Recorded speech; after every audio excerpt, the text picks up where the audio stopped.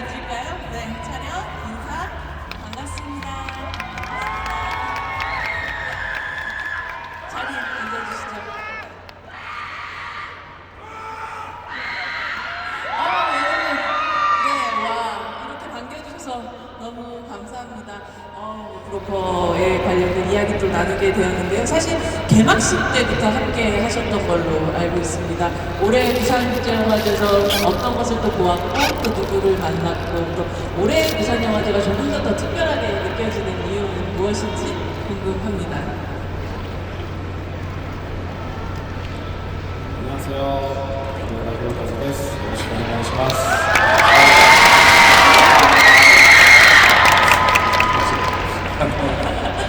特別なことがあるとすると、やはり3年ぶりの通常のこういう開催ということで、本当にみんながやはり直接集って顔を見て、握手をして笑い合って、そして映画を見るというのがやっぱり映画祭の一番大切なことなんだなということを改めて感じています。僕自身は今回はキム・ジソクさんと本当にこの映画祭を育ててみたりました。あとは本当に毎日いろんな各国の映画の関係者の方たちといろんなミーティングを重ねているので、今回ちょっと仕事モードで参加をしています。どうもよろしくお願いします。楽しい時間になるといいと思います。 일단 특별한 점이 있다면 아무래도 생각하는 것을 새삼 또 느끼게 되었고요. 그리고 제가 이번에 와서 본 영화는 그 김지성 선생님 프로그래머님에 대해서 소개가 된 그 다큐멘터리 그 영화를 봤습니다. 저도 그 다큐에 참여를 하기도 했는데요. 이 영화제를 만들고 이렇게 계속 영화제에 그를 읽어온 그 선생님의 다큐멘터리였습니다. 그 외에는 매일 한국의 영화 관계자분들과 이번에는 그 미팅을 많이 하고 있어요. 그래서 이번에 정말 업무 모드로 부산영화제에 참여하고 있습니다. 오늘 여러분께서 즐거운 시간 되시길 바라겠습니다. 잘 부탁드립니다.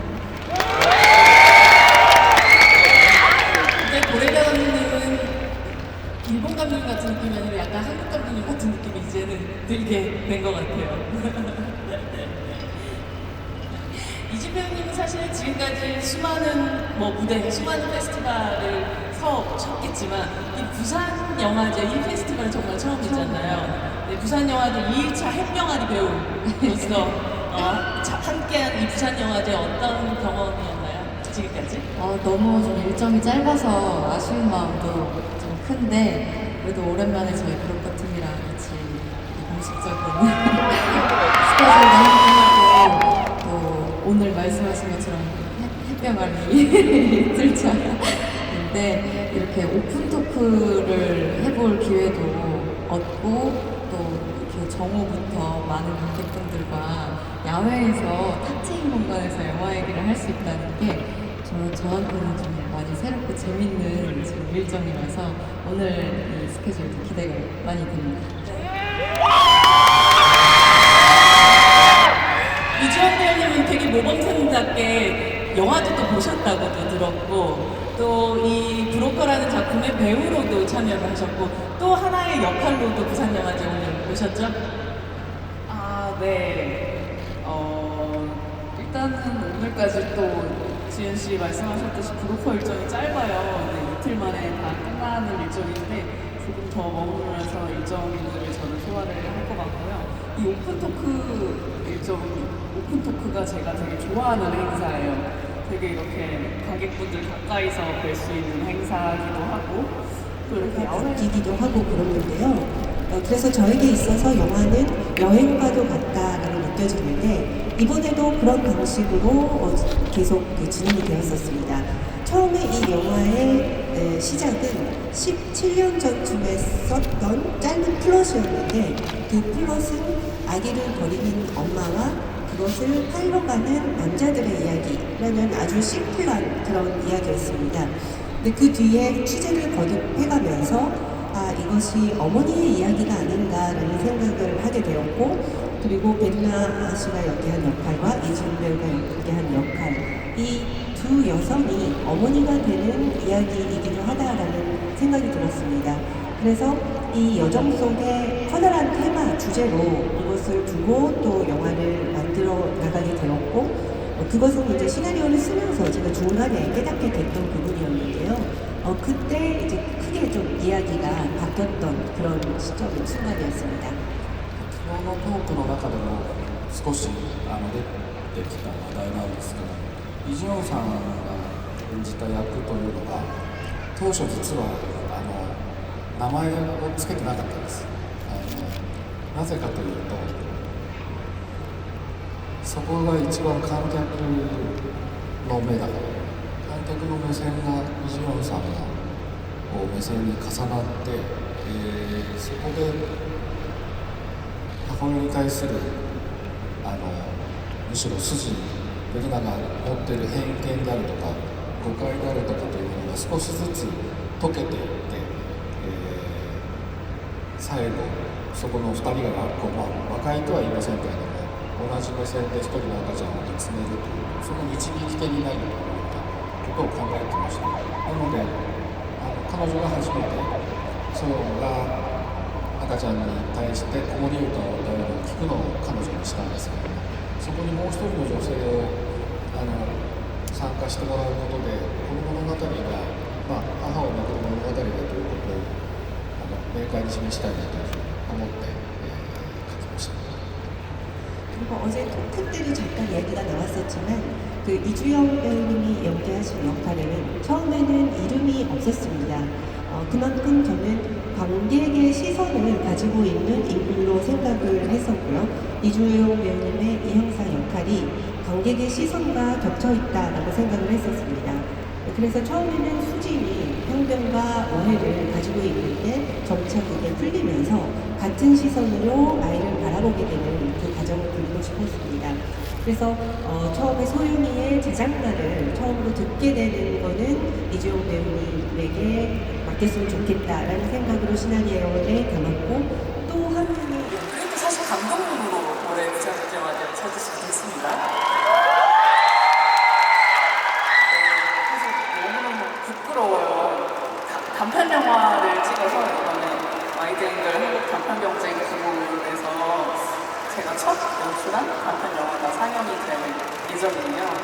근데 사실 정말 솔직한 심정으로는 어떤 제가 어드밴티지를 얻고 다른 감독님들과는 다르게 제가 또 배우라서 제 영화를 또 이렇게 뽑아주신 것도 있는 것 같아서 사실 조금 겸손한 말이 아니라 정말 부끄러워서 이제 프리미어로 10일에 상영을 앞두고 있는데 긴장이 많이 돼요. 눈앞에 두고 될 XX라는 작품입니다. 뭐 부산국제영화제 프로그래머들이 굉장히 깐깐하기 때문에 배우 프리미엄으로 그렇게 초청하지는 않는 걸로 알고 있습니다. 네. 오늘은 어쩌다 보니까 이 관객과의 대화에서 사실은 이 영화 브로커에 나왔던 여성 배우들과 함께 하는 그런 자리가 있었어요. 이 시나리오 초반에 아주 옛날 초반에는 막 남성 형사 버전도 있었다고 들었었는데 수진과 이 형사 그리고 이 배두나 이주영 배우가 함께 하게 되면서 브로커는 굉장히 다른 각도의 영화가 되었다는 생각이 들어요. 감독님 이 여성 배우분들과 함께 하셨던 오늘 이 자리에 계시지 않지만 배두나 배우까지 해서 이 작업이 어떤 여정을 또 건모했는지 좀 궁금합니다.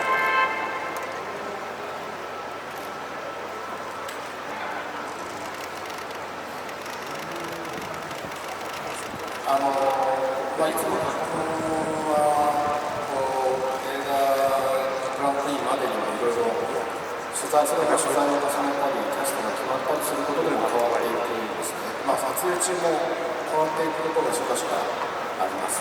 映画を作ること自体が一つの、旅のようなケースが僕の場合はしばしばあるんですけど、今回の映画もそういうような形で当初に考えていたその7年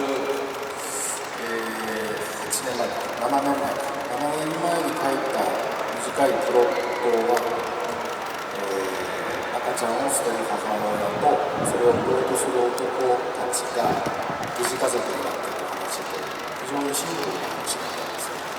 取材を重ねていって 그런 여행 같은 새로운 캐스트들이 함께 하면서 이야기들이 점점 사실 완성되어 간다라는 생각이 듭니다. 이진 배우님 사실 이 캐스팅 제안을 받고 바로 배선 배우님과 전화를 했다는 얘기를 들었어요. 맞아요. 네. 무엇을 먹고 싶었고 또 무엇을 확인받고 싶었었던 그런 통화였을까요? 제가 아예 대본을 읽기 전에 제안을 받자마자 배준하 선배님께 연락을 드렸었어요. 배준하 선배님은 그러니까 출연을 결정을 하셨다는 얘기를 듣고 그 전에 배준하 선배님이랑 단편 영화를 한번 같이 촬영을 했었거든요. 제가 너무 평소에 좋아하고 존경하는 선배님이시기도 하고 그래서 제가 선배님이 출연하신다는 영화를 제안을 받았는데 제가 또 너무 평소에 너무 좋아하던 고레에다 감독님 영화다. 그래서 선배님께 그냥 그 소식을 가장 먼저 좀 알려드리고 싶었고 그리고 또 외국인 감독님이시다 보니까 선배님께서는 전에도 한번 두 분이 같이 촬영을 하셨던 경험도 있고 그래서 제가 잘 할 수 있을지 그냥 여쭤보고 싶었고 겸사겸사 그냥 좀 너무 좋아하는 선배님이다 보니까 안부 인사 겸 이렇게 연락을 드려보고 싶었어요. 연락을 할 수 있는 가장 좋은 기회를 얻게 되셨던 거군요. 사실 거의 그 이종 배우님의 그 여정을 보면 7번 국도 먹방 투어라고 얘기할 수 있을 정도로 굉장히 다양한 음식들을 계속 먹으면서 연기를 해요. 근데 고레다 감독님이 다른 인터뷰에서도 그런 얘기를 했지만 어떤 행동을 하는 김에 말을 하는 것들 대사라는 것이 숨을 이렇게 쉬고 멈춰있고 그 다음에 대사를 하고 하는 것이 아니라 먹으면서 이야기를 하고 자연스럽게 행동을 하고 대사가 나오는 것들을 굉장히 중요시 여기는 그런 감독님 먹방 투어와 함께 하는 그 촬영 어떠셨나요? 그래서 저도 지금 말씀하신 대로 이건 진심으로 먹어야겠다. 진심으로 먹고 그렇게 먹다 보면은 사실 발음이 좀 뭉개지기도 하잖아요. 너무 정확하게 또 딕션이 나오기는 힘들기 때문에 근데 그냥 그런 느낌을 살려서 좀 감독님이 원하시는 결에 맞게 진심으로 먹고 입에 가득 넣어서 왕왕 이렇게 먹고 그렇게 먹으면서 찍었다 보니까 사실 후시녹음을 할 때도 그런 논의를 하기도 했었던 것 같아요. 감독님과 그 믹싱 감독님과 조금 딕션이 잘 안 들릴 수도 있을 것 같은데 관객들에게 잘 전달되지 않을 수도 있을 것 같은데 이 느낌을 그냥 살려서 가느냐 현장의 사운드를 살리느냐 아니면 조금 더 이제 사운드 후구정을 해서 그렇게 가느냐 이런 논의도 하다가 결국에는 감독님께서 좀 현장에서 자연스럽게 나왔던 그런 대사들을 많이 픽하셔서 편집을 하셨던 걸로 알고 있고 네, 저도 굉장히 만족스러운 작업이었던 것 같아요. 정말 사운드의 현장감뿐 아니라 두 사람 그러니까 수진과 이영사 사이에서 오가는 호흡들도 이렇게 그 아주 현장감이다 살아있다 이런 느낌들이 진짜 많이 들었었거든요. 근데 그건 그냥 하루 이틀 만난다고 되는 방식의 그리고 대본에 있다고 만들어지는 호흡은 아니었을 거라 생각 드는데요. 사실 준하 선배님이랑 촬영 전에 많이 만났었어요. 집에도 초대해 주셔서 여러 가지 얘기도 나누고 대본 얘기도 나누고 그 외적인 얘기도 나누고 이렇게 하면서 많이 친해진 상태에서 작업 촬영을 들어갔어서 정말 첫 회차부터 그냥 너무 진짜 편한 내가 좋아하는 상사, 선배, 좋아하는 언니 이런 느낌으로 같이 촬영을 했습니다. 네. 수영이 사실은 다른 사람들 앞에서는 거의 우성이한테 말을 걸지 않는다라는 그런 대사도 나오기도 하는데 유일하게 사실 두 사람이 있는 그 공간에서는 자장가를 불러주는 그런 장면이 나와요. 사실 감독님 이것은 이지은 배우이기도 하지만 아이유이기 때문에 노래를 부르는 장면을 꼭 넣어야겠다라고 생각을 하신 겁니까? どうだったかな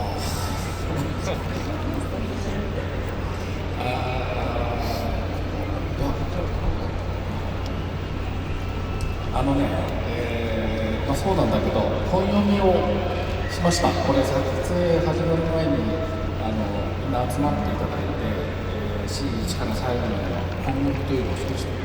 そそれで、本読みの会、本当に申し訳ないけど、本読みの場所で、この歌を、歌ってくれたら、歌ってくれた、彼女がね。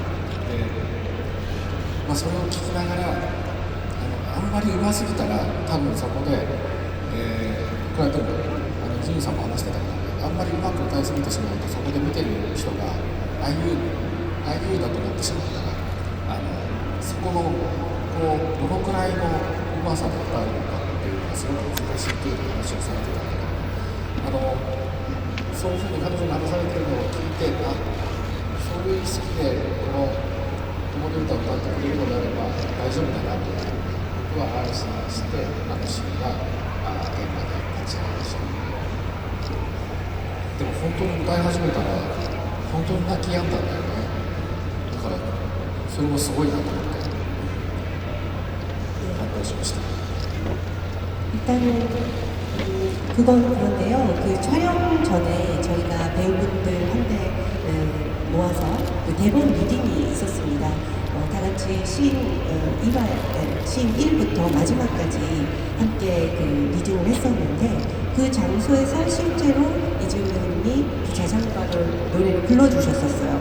그래서 그걸 들으면서 노래를 여기서 너무 잘해버리면 보는 관객분들이 이지은 아이유를 떠올리게 되지 않을까 이런 생각을 하게 됐고 그 이지은님께서도 그 부분에 대해서 좀 얘기를 하셨었거든요.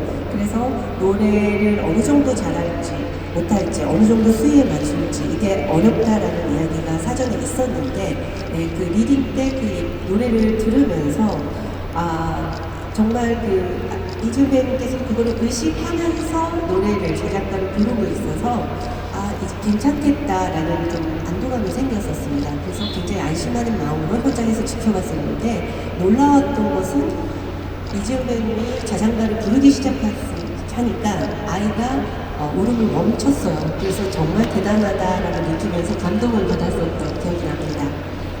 영화를 찍을 때는 항상 그런 약간 마법 같은 순간들이 만들어지기도 하죠.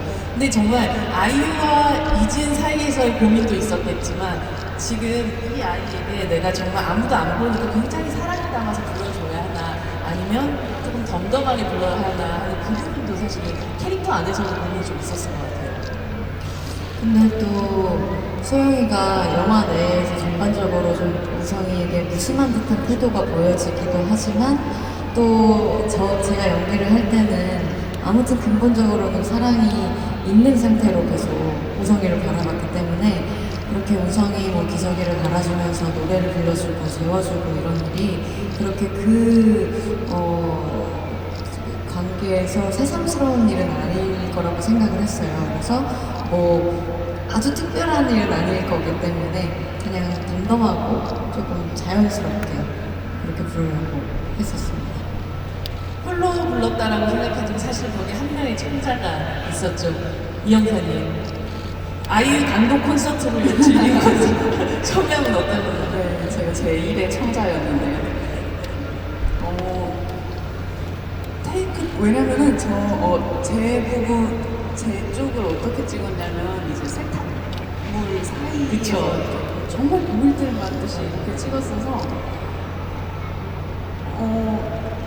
그 어떤 앵글 맞추느라 테이크를 그래도 감독님이 원래 테이크 많이 안 가시는데 그때 그래도 지은 씨가 노래를 여러 번 불렀던 것 같아요. 근데 보통 이제 촬영이 길어지면 이제 테이크가 많아지면 힘들 법도 한데 그냥 지은 씨 노래 듣는다 생각하고 뭐 그렇게 찍었던 것 같아요. 근데 저는 시나리오 읽을 때부터도 그러면 나는 차 안에서 지은이 노래 들을 수 있는 건가? 이런 생각하긴 했었던 것 같아요. 좋았었어요. 축하드립니다. 사실 소영은 누구한테나 좀 그냥 반말 비슷하게 일단 시작하는 그런 사람인데 어느 순간 나중에는 수진에게 존댓말을 쓰는 정확한 존댓말을 쓰는 그런 시기가 도래하게 돼요. 존댓말과 반말을 이게 쓰는 데 있어서 어떤 포인트를 주었는지가 좀 궁금하더라고요. 소영이가 막 상대에게 예의를 많이 차리는 타입은 아니다 보니까 그리고 뭐 인간에 대해서 큰 기대가 있는 아이도 아니고 그래서 나이가 본인보다 많더라도 그냥 조금은 무시하는 태도로 일관했던 것 같아요, 초반에. 그래서 수진에게도 반말을 초반에는 계속 쓰다가 후반에 제 기억으로는 특히 제가 힘을 줘서 여기서는 정말 예의 있게 말을 해야겠다라고 했던 건 차 안에서 그 오늘 아침에 만난 부모들이 우성이를 이렇게 키워주겠다고 했어요. 우성이는 그런 사람들 밑에서 자랐으면 좋겠어요. 라고 대본에도 뭔가 그냥 글로 읽기에도 거기에 뭔가 감독님께서 힘을 줘서 존댓말을 강조하시는 듯한 느낌이었거든요. 그래서 특히 그 장면에서 소영이도 수진이에게 어떤 존중을 받았다라는 느낌이 확실히 들었었고 어른에 대한 예의를 차린 게 아닌가라고 생각을 했습니다. 진짜 어린. 네네. 이 영화 속에서 무전기를 들고 가짜 입양 커플들에게 이제 대사부터 행동까지 거의 디렉팅을 하는 이 수진, 그러니까 배두나 배우가 연기한 수진의 모습이 등장하는데 거의 이제 영화 현장의 감독님의 역할을 저 사람이 지금 하고 있구나라는 생각이 들었어요. 어쩌면 이 브로커라는 영화 안에서 감독님, 그러니까 고레다 감독님의 어떤 마음이나 이런 캐릭터들이 가장 투영된 캐릭터였는지가 궁금하더라고요.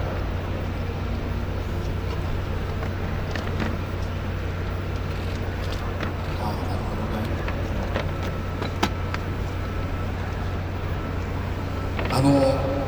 筋の役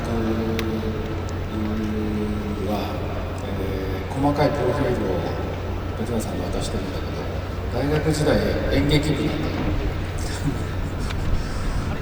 旦那さんとそこで出会ったっていう背景があったから、それであそこでこう細かい演出をつけるというシーンを書いたんだけど、もちろんそれは見てる方にはわからないかもしれないけれども、あそこでこう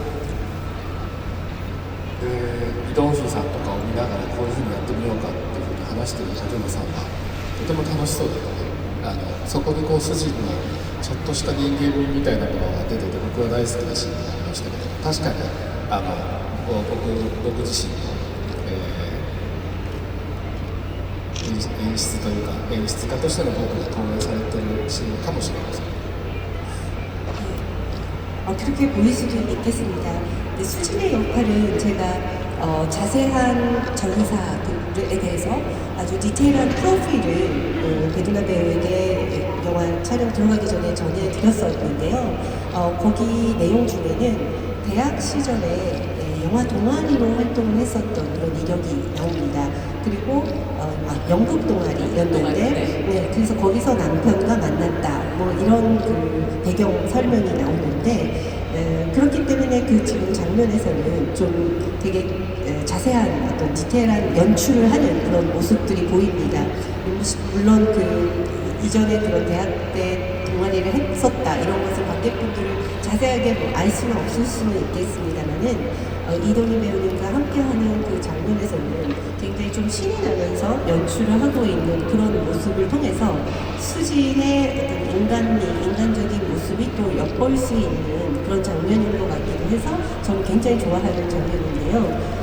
어떻게 보면 연출가인 나 자신이 그 부분에서는 좀 투영된 인물일 수도 있겠다는 생각이 듭니다. 이주영 배우님이 아까 감독님 얘기하셨지만 이 영화 자체가 관객들의 마음들을 가장 많이 투영하는 그런 캐릭터일 수 있겠다라는 얘기를 하셨는데 스스로도 이 대사만큼은 그리고 혹은 이 장면만큼 정말 공감하면서 나도 역시 이 작품에 묻고 싶었던 혹은 의문을 제기했던 어떤 대사였다, 연기였다라고 생각되는 그 부분이 있으신가요?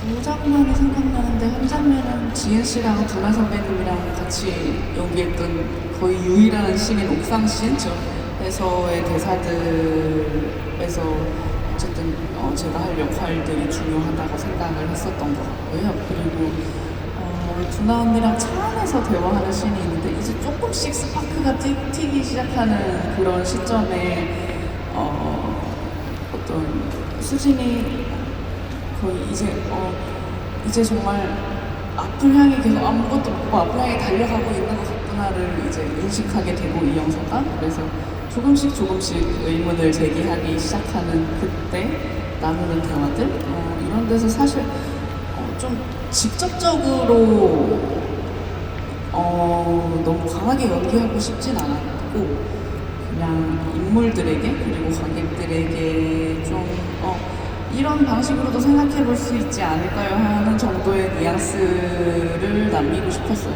이 영사도 사실 그렇게 나이가 많지 않은 사회 초년생의 아직까지 자신의 어떤 가치관이라고 해야 될까요? 그런 게 완전히 정립되지 않았을 거라 생각했어요. 그래서 휘둘리기도 하고 어떤 때는 수진의 말이 너무 맞는 것 같다가 어떤 때는 또 소영에게 마음이 가서 흔들리기도 하는 그런 모먼트들을 좀 살리고자 했었던 것 같습니다. 이 영화에는 사실 인물들의 아까 뭐 배우들한테는 뭐 그런 전사 같은 걸 좀 써주시기도 했다고 하지만 영화 자체 안에서는 전사가 거의 설명이 되지 않고 그 흔한 회상 장면들이 제대로 나오지 않는 그런 방식으로 연출을 하셨어요. 소영의 범죄를 비롯해서 그래서 이렇게 철저하게 현재로만 영화를 구성해야겠구나, 끌고 가야 되겠구나라고 생각하셨던 이유가 있으신가요?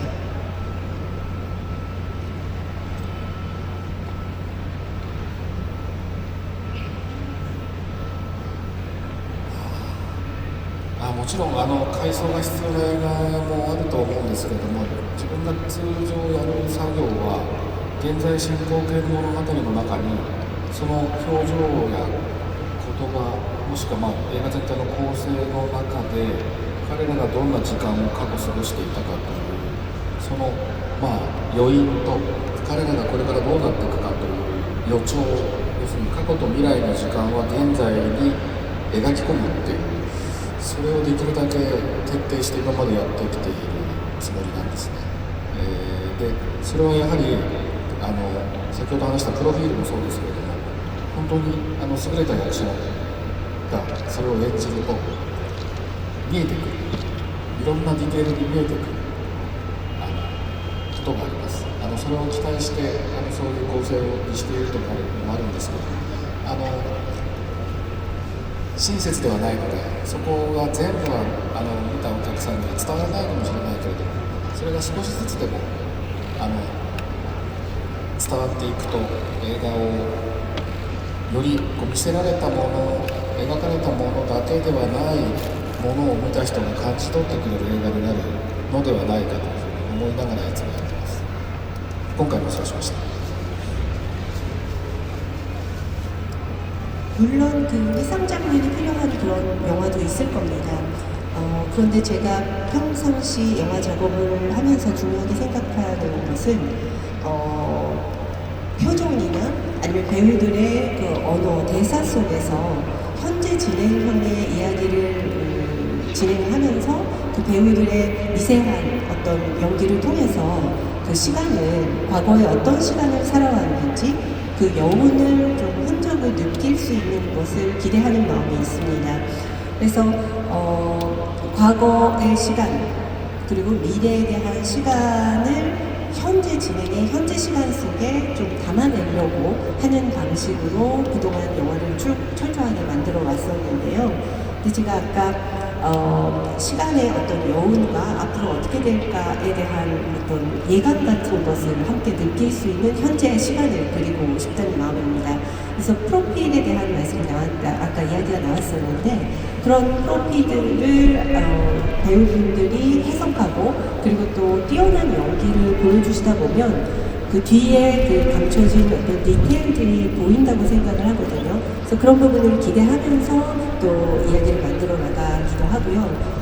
그리고 그런 거는 어떻게 보면 관객분들 입장에서는 친절하지 못한 연출 방식이라고도 할 수 있겠습니다만은 그래서 모든 것이 관객들에게 전달이 되지 않을 수도 있겠지만 그래도 조금씩이라도 그런 부분들이 전달이 된다면 보이는 것이 전부가 아닌 영화 속의 모든 것이 묘사가 되어 있지 않더라도 거기서 뭔가 느껴지는 부분들이 있을 것이다.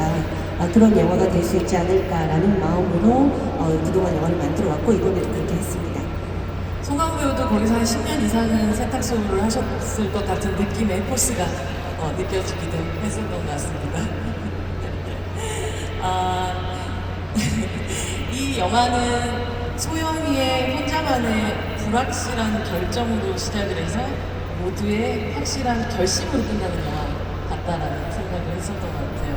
사실 소영의 그 초반의 결정이나 행동 중에서 가장 빠르게 이입됐던 부분이 있으셨을 것 같고 또한 끝까지 고민하게 만들었던 부분이 또 있으셨을 것 같아요.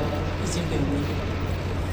아무래도 고민이 많이 됐던 부분은 수영이가 전사가 많은 인물이어서 근데 두 분이 방금 나누신 말씀처럼 그 현재 이야기로 진행이 되다 보니까 제가 그 전 상황까지 연기를 할 그 시간은 없었고 제가 이런 삶을 살아왔다라고 스스로 이제 외우고 기억을 하고 그 다음에 이제 이 인물들과의 만남으로부터 영화가 시작이 되는 거였어요. 근데 그렇게 담기에 좀 소영이가 짧지만 아주 많은 일들을 겪은 인물이다 보니까 이걸 어떻게 좀 입체적으로 표현할 수 있을까 내가 한 가지 역할만 부여받은 인물이 아니라고 느껴졌거든요. 그래서 그런 것들을 내가 어떻게 하면 좀 더 입체적인 사람으로 표현할 수 있을까에 대한 고민이 가장 컸었던 것 같고 빠르게 이입이 됐던 순간은 그냥 테스트 촬영에서 상영과 동수의 모습으로 분장한 두 분을 뵀을 때 너무 정말 역시 말씀하셨던 것처럼 한 10년을 그 자리에서 세탁소를 운영했던 사장님 같은 그런 모습의 송강호 선배님과 분명히 리딩 때까지만 해도 너무 원장님처럼 말씀했던 파워 연예인이셨던 강동원 선배님께서도 너무 그냥 수다분한 동수처럼 보이시는 거예요. 그래서 그냥 그 두 분의 그 긴장된 모습을 보자마자 빠르게 이입이 됐었던 것 같습니다. 감독님 말씀하셨던 것처럼 계속해서 그 영화를 찍어 나가면서까지 끝까지 고민하면서 또 배우들하고도 많은 대화들을 나누면서 완성해 나갔던 시나리오였고 또 영화라고 들었어요. 이준 배우님 현장에서 감독님하고 좀 치열하게 대화를 나누었던 어떤 기억 같은 게 있으신가요? 그리고 물어봤던 의문을 제기했던 게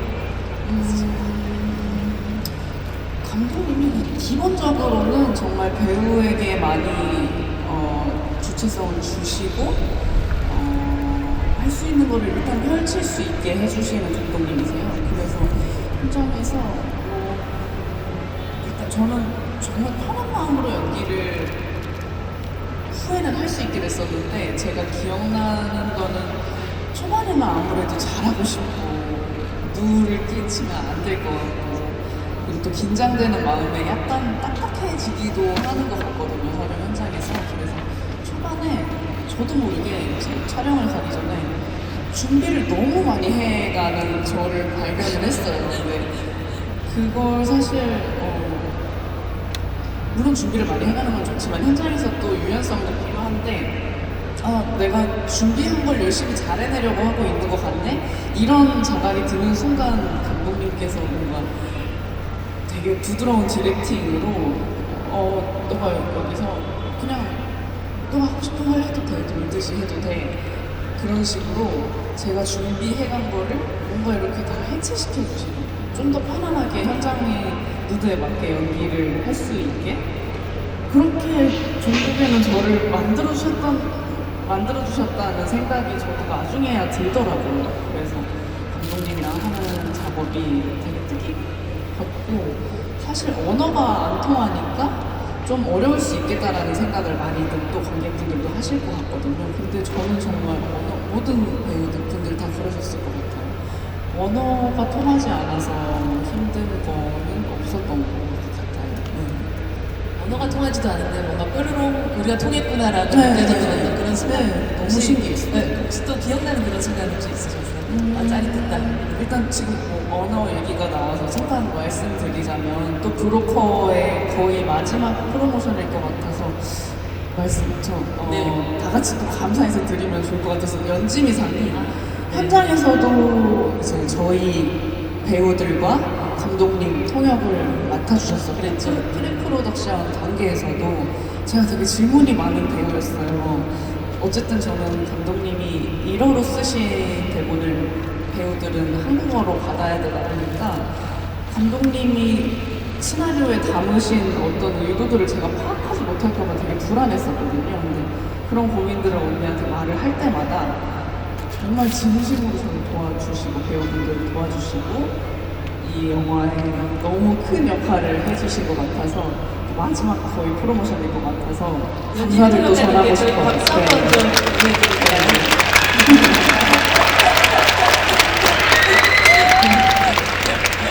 현장에서 질문 1등은 누구였나요? 연지 통역님 질문 1등은 누구셨어요? 배우들 중에서. 언니 왜 울어요? 누가 제일 질문 많이 했어요? 질문 많이요? 네. 다 골고루 많이 해주셨던 것 같은데요. 대화를 감독님과 진짜 많이 나누셨어요. 결국은.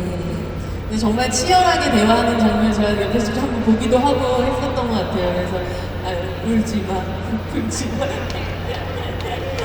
감독님에게 그럼 질문 바로 드려야겠어요. 지금 어쩌면 최근작들을 좀 생각을 해보면 어느 가족이나 파비안나에 관한 지식이나 그리고 브로커까지 각기 다른 나라에서 다른 언어를 쓰는 배우들하고 작업했지만 공통적으로 감독님 최근작들이 정말로 진짜하고 가짜에 대한 이야기를 하고 있다라는 생각이 들었어요.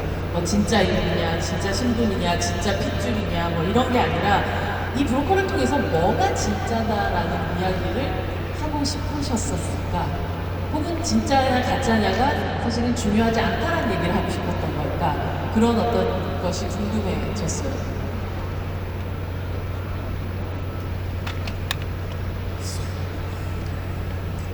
なかなか映画を通して何を伝えたかったっていうのを監督が一言で言うのは実はすごく難しいんですよね。特にこの作品は撮りながら見つかったこともたくさんあるので、出来上がった映画を見てもいろんなものが描かれてるけど、だから本当に一言では言いにくいんだけど、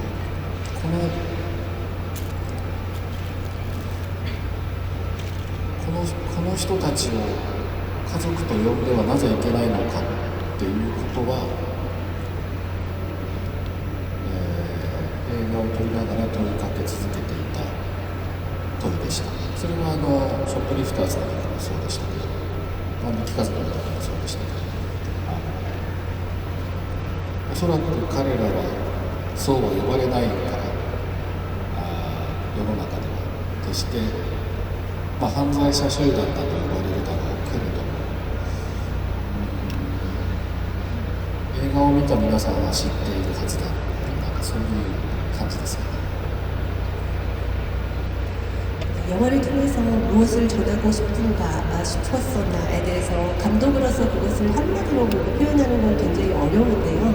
이 영화 같은 경우에도 찍으면서 많은 부분들이 변해갔었고, 그리고 많은 부분들도 함께 만들면서 볼 수도 있을 텐데, 그래도 보시는 관객분들은 어떤 느낌을 받으시지 않았을까라는 생각으로 영화를 만들었었습니다.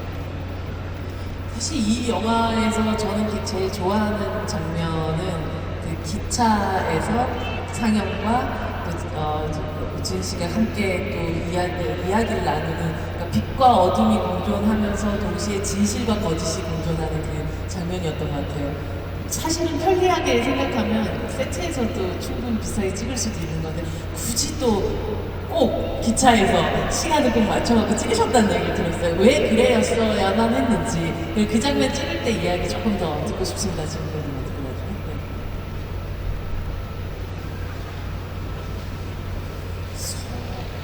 脚本書いて、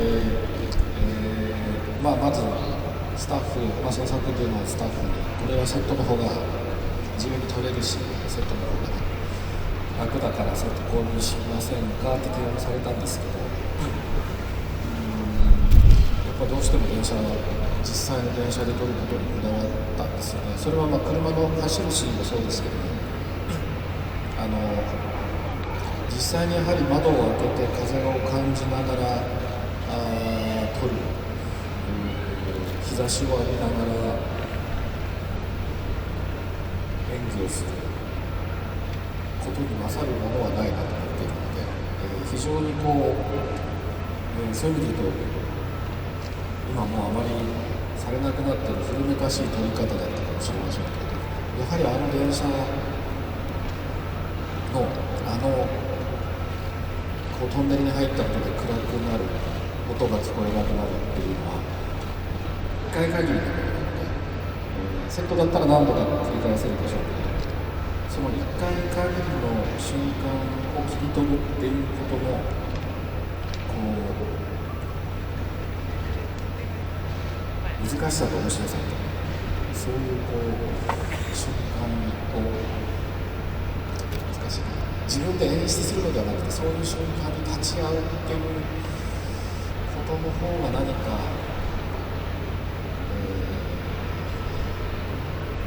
映画の素晴らしさに近づけるような気がして、であのシーンができてるのはそういうことだと思う。 사실 그 시나리오 단계에서 그 기차 씬에 대해서는 스태프분들이 세트에서 찍는 게 좋지 않을까요? 좀 더 자유롭게 찍을 수 있지 않을까라는 그 제안을 받았었습니다. 그런데 제가 끝까지 좀 기차에서 실제로 찍고 싶다는 부분을 고집을 했었는데요. 촬영은 실제로 달리게 하는 부분도 마찬가지인데 그 차 속에서 창문을 열고 실제로 바람이 불어왔을 때 그 모습을 다 배우분들이 연기를 하고 또 햇빛을 맞으면서 연기를 하는 거를 더 그것 이상의 것이 나올 수는 없다고 생각합니다. 세트에서는. 그런 의미에서는 조금 더 옛날 방식 같은 좀 고풍스러운 촬영 방식일 수도 있지만 그 터널 안에서 달리는 기차 속에서 찍는 그 방법을 택했었고요. 그 터널 안에서 찍다 보면 아무래도 어두워지기도 하고 또 소리가 들리지 않는 상황들이 발생하기 때문에 세트에서 찍는 것처럼 자유롭게 여러 테이크를 갈 수 없는 상황이 발생을 합니다만은 그 단 한 번만인 그 상황, 그 순간을 포착해는 뭔가 연출을 하고 있다라기보다는 그 순간 저도 그것을 함께 경험하고 지켜보고 있다는 그런 느낌으로 그 현장에 있었습니다. 그렇게 함으로써 좀 더 멋진 영화로 다가갈 수 있지 않는가라는 생각으로 그런 방식을 취하고 있습니다. 그 순간을 정말 딱 감안했고 저희가 또 볼 수 있게 되었었던 것 같아요. 하지만 배우들은 매우 분주한 마음이었겠네요. 찍고 있는 그 동안. 그쵸. 이게 계속해서 빛과 이제 그림자로 사람의 얼굴이 보였다가 안 보였다가, 그래서 소리도 막 크게 들려서 들렸다가 안 들렸다가 하는 게 그 씬의 되게 좀 포인트였는데, 그냥 배우들은 계속 이제 스탠바이가 되어 있어요. 열차에 맞출 수 있어서 긴장을 계속 하고 있었습니다. 그 순간 소영이는 상현의 사실은 보이지 않는 그 진심을 보았을까요? 애매했다고 생각해요. 그걸 소영이가 실제로 목격을 하고 모른 척을 했다기보다는 소영이도 자신이 없는 부분이기 때문에 마음 한켠에서는 계속 이 모임에 계속 같이 동행을 하고 싶다는 마음이 있으면서도 내가 이제 없어져 줘야지 모두에게 더 편한 그림이 되지 않을까라는 마음을 갖고 있어서 혹시 그 상현이의 대답이 들렸더라도 반문을 했을 것 같아요. 확신이 없어서. 저희가 진짜 1시간 반 이렇게 금방날 브로커와 함께하는 굉장히 공식적인 마지막 자리일 수도 있겠다라는 거에 조금 울컥하기도 했었는데 또 이 브로커를 또 떠나보내는 마음 혹은 또 이 관객분들에게 마지막 또 인사를 하시면서 이 자리 좀 마무리 부탁드리겠습니다. 네, 아마 오늘 저녁에 지구이가 마지막으로 있거든요. 그게 끝나면 아마 한 몇 년 후 아니면 몇십 년 후에 뭔가 감독님 기울전? 이런 걸로 저희가 브로커 10주년 뭐 이런 거 30대 후반이 된 40대가 된 저와 지은 씨가 얘기를 뭐 이렇게 인사를 드릴 수도 있지 않을까 뭐 이런 생각도 들고요. 브로커와 함께하는 여정이 또 이렇게 부산에서 마무리가 되려고 하고 있는데 되게 꺼내보고 싶은 영화일 것 같아요. 문득문득 5월이 되면 촬영했던 게 생각나는 그런 날일 것 같고 또 10월이 되면 구국지에서 우리가 행사했던 게 생각나는 그런 영화일 것 같아요. 네, 그리고 항상 함께 해주셨던 관객분들께도 감사드린다고 얘기 드리고 싶습니다. 감사합니다. 네, 이진기 언니, 브로커에서 음성으로 내뱉은 첫 대사 기억나세요? 이게 그 하지만 그건 사실 거짓말이었었고 이게 바로 사실 영화배우 이진의 시작 같은 선언이었다는 생각이 들었습니다. 앞으로 배우로서 또 특히나 또 영화와 또 혹은 이런 작품으로서 어떤 계획들 좀 가지고 계신지. 막 이렇게 세세하거나 큰 계획을 가지고 있지는 않고요. 브로커에 참여하게 된 것도 전혀 계획하지 않았던 일인데 너무 행운처럼 찾아온 작품이었거든요. 근데 이제 첫 장편 영화라는 점에서 저에게 좀 의미가 오래 남을 것 같고 그런 좀 소중한 기회를 이렇게 아까 뭐 진짜 가짜에 대한 얘기를 하시기도 했지만 정말 너무 진짜 같은 환경에서 너무 진짜인 감독님과 배우분들과 할 수 있었어서 앞으로 작품을 임하는 태도도 제가 조금 더 진중한 마음으로 좀 단단하게 가질 수 있는 그런 배움의 제가 있던 것 같고 전 굉장히 첫 스타트가 좋았다고 생각하거든요. 그 초심자의 행운으로 남지 않도록 계속해서 좀 단단한 마음으로 연기를 하고 싶다는 마음이 들었습니다. 여러분 큰 박수 부탁드립니다.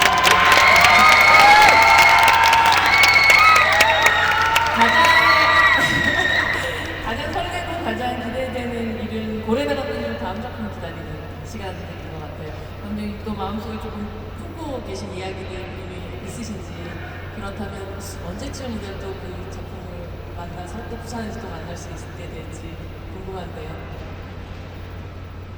ありがとうございます。新作ももう日本で実は撮ってるんですけども、今編集をしているところなんですが、ただその前にこのブローカーはこの後まだフランスやアメリカでの公開を控えているので、僕は年末またパリへ行ってこの映画をまたより多くの人たちに届けるための、旅をまたもうしばらく続けます。その先に何を映画を撮るかというのは本当にまだこれからなんですけど、先日オープニングセレモニーの、控室でトニー・レオンさんとソン・ガンホさんと登壇を待っている間に3人で写真を撮ったんですよ。なんか2人が久しぶりですって会って握手をしている姿を見たら、監督は誰でもそうだと思うけれども、この2人で何か撮れたらすごいなってその時本当に素直に思いました。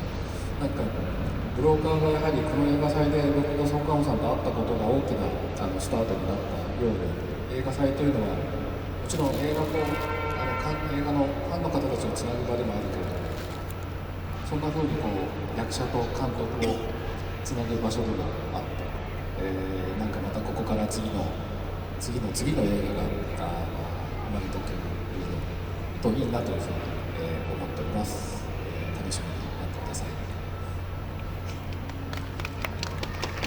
실은 제가 지금 일본에서 신작을 찍고 있고요. 지금 편집하고 있는 중이기도 한데 이 브로카에 관해서 말씀드리자면 앞으로 프랑스와 미국 등에서 개봉을 앞두고 있습니다. 그래서 제가 연말에는 파리에 가서 또 보다 더 많은 관객분들에게 이 작품을 전해드리기 위해서 여행을 당분간 좀 계속 할 계획인데요. 그 다음 부분에 대해서 말씀드리자면 사실 이번에 부산영화제 개막식에 참석을 하면서 대기실에서 등단하기 직전에 양조위 배우님과 송강호 배우님과 함께 기다리는 시간이 있었습니다. 사진 찍은 것도 봤어요. 그래서 세 명이서 같이 사진을 찍었었는데 그 송강호 배우님과 양조위 배우님 두 분이 오랜만입니다 하고 악수를 나누는 모습을 보면서 감독이라면 누구나 그렇겠지만 이 두 분과 함께 영화를 찍을 수 있다면 얼마나 좋을까라는 마음을 솔직하게 갖게 됐었습니다. 그래서 이 브로카라는 작품이 송강호 배우님과의 만남을 계기로 출발이 되었던 것처럼 영화제라는 존재는 영화와 팬들을, 관객분들을 이어주는 장소이기도 하지만 감독과 배우를 또 이어주는 그런 장소이기도 한 것 같습니다. 그래서 앞으로 여기서부터 또 출발해서 뭔가 다음 다음 또는 다음 작품이 태어날 수 있지 않을까라는 기대를 저도 가지고 있습니다. 관객 여러분들께서도 기대하는 마음으로 기다려주시면 감사하겠습니다. 전설의 팬들하고 같은 예감을 드리고 여러분 함께 해주셔서 너무너무 감사드리고 오늘 이렇게 가득 메워주신 관객분들 그리고 저희 이 테이블을 치우고 나서 사진을 찍는 시간을 잠시 갖도록 하겠습니다. 네, 잠시만 뒤로 봐주시면 이 지금 테이블을 다 좀 치우고 저 앞에 있는 부산 영화제 마크 동그란 마크 앞으로 되겠습니다.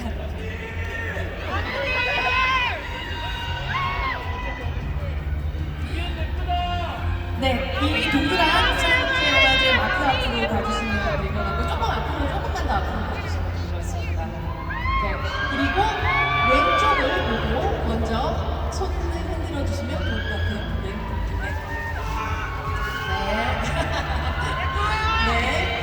네, 뭐 하트도 좋고요. 뭔가 네. 그럼 이제 가운데를 바라봐 주시기 바랍니다. 네. 관객분들도 봐주시고요. 그리고 조금 뒤쪽에 영상 카메라 감독님들 저기 뒷부분에 계시니까요. 조금 중앙을 약간 시선을 좀 올려주셔도 좋겠습니다. 네. 괜찮나요? 이제 오른쪽으로 나가주시기 바랍니다. 네. 아, 저기 끝까지 계시는군요. 살짝 완전 오른쪽으로 한번 가볼까요? 네, 감사합니다. 그렇다면 이제 관객분들이 등지고 관객분들과 함께 사진을 찍는 시간을 갖도록 하겠습니다. 네, 계단을 조심하시고 무대 끝으로 좀 가주시면 좋을 것 같아요.